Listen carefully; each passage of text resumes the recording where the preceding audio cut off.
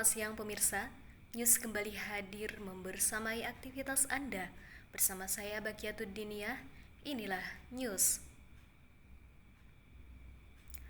Pemirsa, Bapak Dr. Adi Kusuma SIKOM MSI kembali hadir membersamai kelas KPI 5C dalam rangka pertemuan mata kuliah Teknik Reportase dan Investigasi Berita pada Senin 30 November tahun 2023. Pertemuan kali ini diawali dengan diskusi atau presentasi yang disampaikan oleh kelompok 6.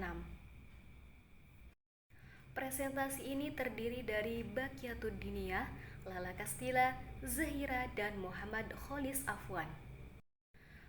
Pembahasan yaitu tentang mengenal lebih dalam tentang penulisan berita investigasi. Yang pertama, ada jenis-jenis berita investigasi. Menurut Bill Kavach and Tom Resins, terdapat 3 jenis berita investigasi.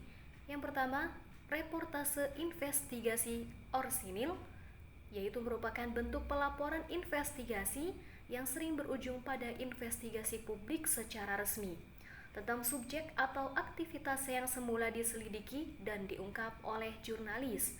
Ini adalah contoh klasik di mana pers mendesak lembaga publik atau pemerintah atas nama publik. Selanjutnya, reportase investigasi interpretasi, yaitu sebuah pelaporan interpretatif.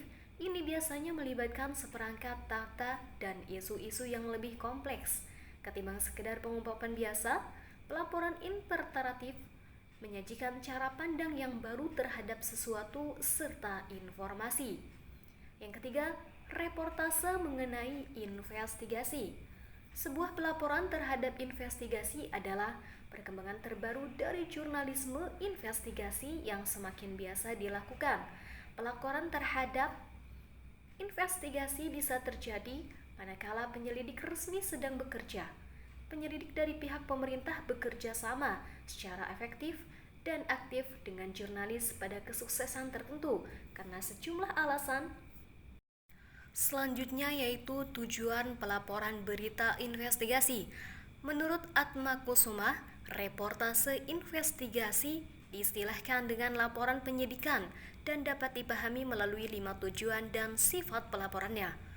Yang pertama, mengungkapkan kepada masyarakat informasi yang perlu mereka ketahui karena menyangkut kepentingan dan nasib mereka. Tanpa bantuan laporan penyidikan, informasi mungkin tidak dapat mereka ketahui. Yang kedua, laporan penyidikan tidak hanya mengungkapkan hal-hal yang secara operasional ada dan sukses. Terdapat juga sampai kepada konsep yang keliru. Yang ketiga, laporan penyidikan beresiko tinggi karena bisa menimbulkan kontroversi dan bahkan kontradiksi dan konflik. Yang keempat, karena itu harus jauh-jauh hari dipikirkan akibat-akibat yang dapat ditimbulkan terhadap yang pertama, subjek laporannya dengan menimbang-nimbang akibat negatif yang diderita subjek laporan dibandingkan dengan manfaat pada umumnya. Penerbitan pers itu sendiri baik reaksi dari lembaga resmi maupun dari pemasang iklan dan publik atau pembaca. Yang kelima, untuk menghadapi dilema ini diperlukan kecintaan dan semangat pengabdian kepada masyarakat luas.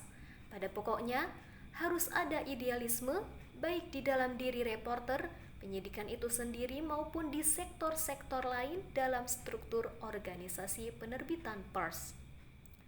Selanjutnya ada struktur penulisan berita investigasi.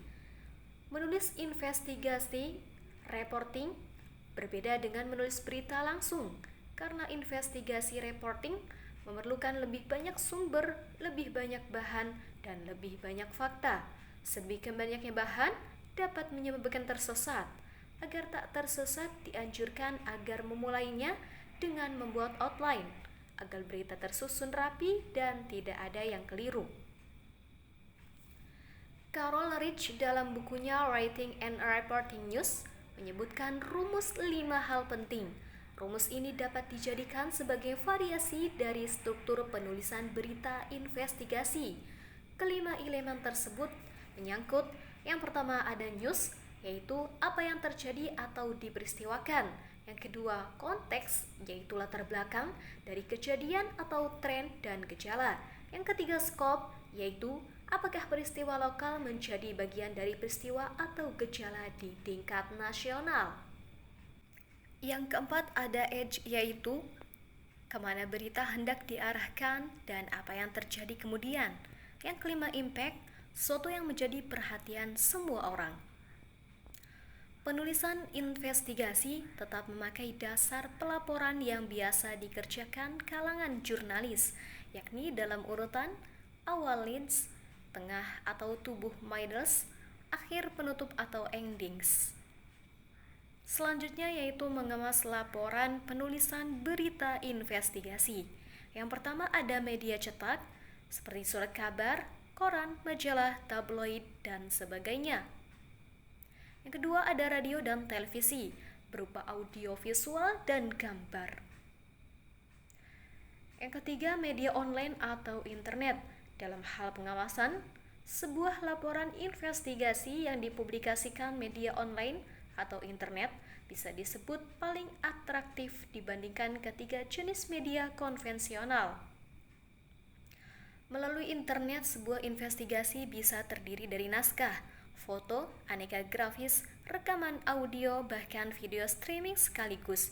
Di internet, pembaca bahkan bisa dihubungkan ke artikel atau dokumen lainnya yang relevan, tanpa perlu mengotori artikel atau round-up-nya dengan berbagai catatan kaki atau anak kalimat. Selanjutnya yaitu teknik penulisan.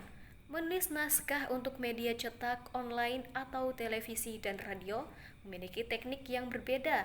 Media cetak menggunakan bahasa tulis, sedangkan televisi dan radio menggunakan bahasa tutur atau lisan, dan ada 7 elemen dalam teknik penulisan berita, termasuk dalam berita investigasi. Selanjutnya yaitu praproduksi, produksi dan pasca produksi kegiatan jurnalisme investigasi.